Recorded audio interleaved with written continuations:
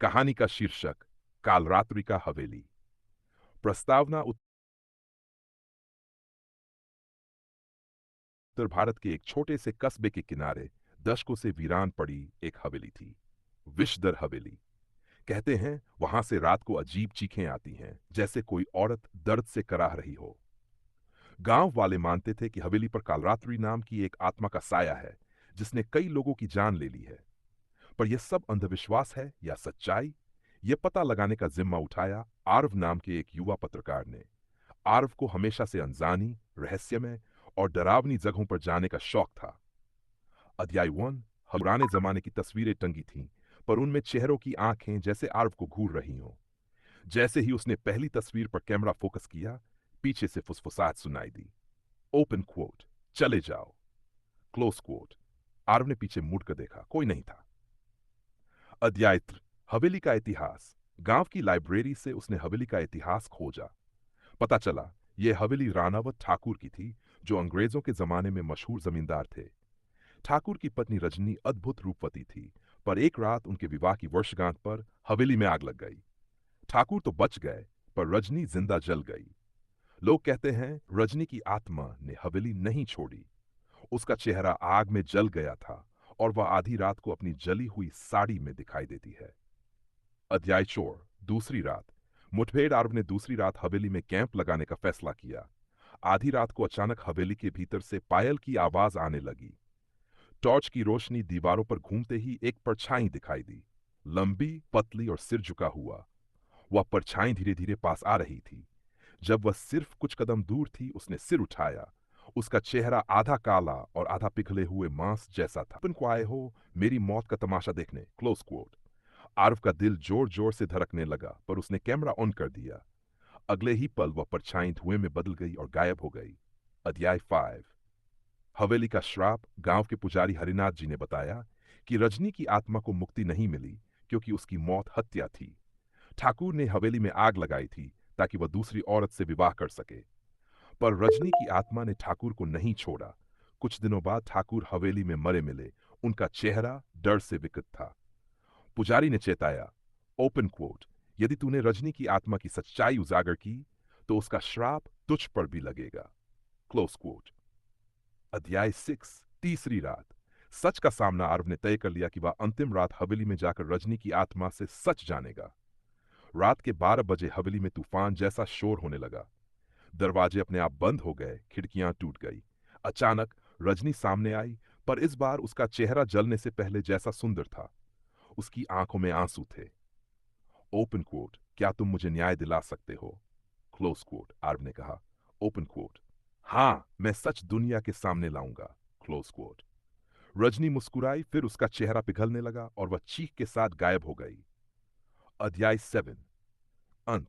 हवेली का नया शिकार। आर्व ने गांव लौटकर रिपोर्ट लिखी। अखबार में उसकी स्टोरी छपते ही चर्चा फैल गई। पर उसी रात आर्व के घर की खिड़की के पास पायल की वही आवाज आई। उसने कैमरा उठाया, पर कैमरे में जो दिखा वह रजनी नहीं। आर्व का अपना खबर छपी। Open quote. पत्रकार आर्व अपने कमरे में रहस्यमय तरीके से मृत पाया गया। चेहरा पूरी तरह जला हुआ। हवेली अब भी वीरान खड़ी है, और आधी रात को पायल की आवाज अब गांव के हर कोने में सुनाई देती है। प्रस्तावना। आर्व की मौत को अब 1 साल हो चुका था, पर विश्तर हवेली का खौफ गांव में और भी गहरा गया। गांव वाले कहते थे, ओपन कोट, अब हवेली की रजनी अकेली नहीं है, उसके साथ एक और आत्मा है, आर्व की। Close quote. रात को हवेली के पास से गुजरने वाले लोगों को अब 2 परछाइयां दिखती। एक औरत और एक लंबा सा आदमी, जिसके चेहरे का आधा हिस्सा जला हुआ है। अध्याय 1। नए किरदार की एंट्री। शहर से एक शोधकर्ता डॉन अनवीरा शर्मा गांव आती हैं। उनका मकसद था हवेली के रहस्यों को वैज्ञानिक दृष्टि से परखना। गांव में कदम रखते ही रघुनाथ काका ने उन्हें चेताया, ओपन कोट, बिटिया, जो भी वहां गया वापस नहीं लौटा। अब तो भूत भी बढ़ गए हैं। Close quote. पर अनवीरा को अंधविश्वासों पर यकीन नहीं था। उन्होंने तय कर लिया, वे हवेली के अंदर जाएंगी। अध्याय 2। हवेली की पहली रात। अनवीरा कैमरे, तापमान सेंसर और ऑडियो रिकॉर्डर के साथ हवेली पहुंची। माहौल में सन्नाटा था, पर अचानक ठंडी हवा का झोंका आया। उनके रिकॉर्डर पर एक फुसफुसाहट कैद हुई। ओपन कोट, क्यों आई हो? Close coat. टॉर्च की रोशनी में दूर एक धुंधली आकृति दिखाई दी। आर्व, उसका चेहरा जला हुआ था और आंखें खोखली। उसने कहा, ओपन कोट, यहां से जाओ, वो तुम्हें नहीं छोड़ेगी। अध्याय 3। रजनी का क्रोध। अचानक दीवारों से खून टपने लगा। छत से पायल की आवाज आई। रजनी सामने आई। इस बार उसकी आंखें पूरी तरह काली थीं और चेहरा विकृत। उसने चीखा, कोई मुझे मुक्त नहीं कर सकता। जिसने कोशिश की, वो मरा। Close quote. अनवीरा को महसूस हुआ कि रजनी का गुस्सा आर्व की आत्मा पर भी है।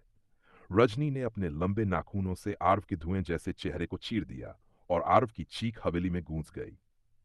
अध्याय 4। हवेली का रहस्य खुलना। अनवीरा ने हवेली के तहखाने में एक पुरानी डायरी पाई। उसमें लिखा था कि ठाकुर रानावत ने न सिर्फ रजनी को मारा, वह बल्कि उसकी आत्मा को बांधने के लिए काले तांत्रिक अनुष्ठान किए थे।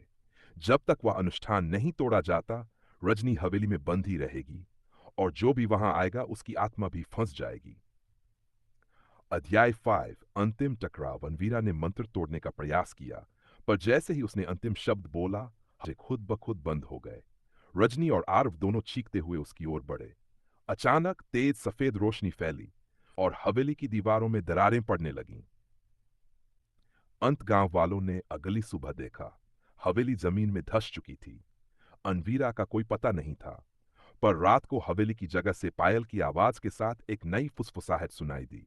ओपन क्वोट, अब हम 3 हैं। Close quote. अगर आप चाहें तो मैं इस भाग 2 को भी 5 शब्दों में विस्तार से लिख दूं, जिसमें हवेली की घटनाएं और भी डरावनी और सिनेमैटिक लगेंगी।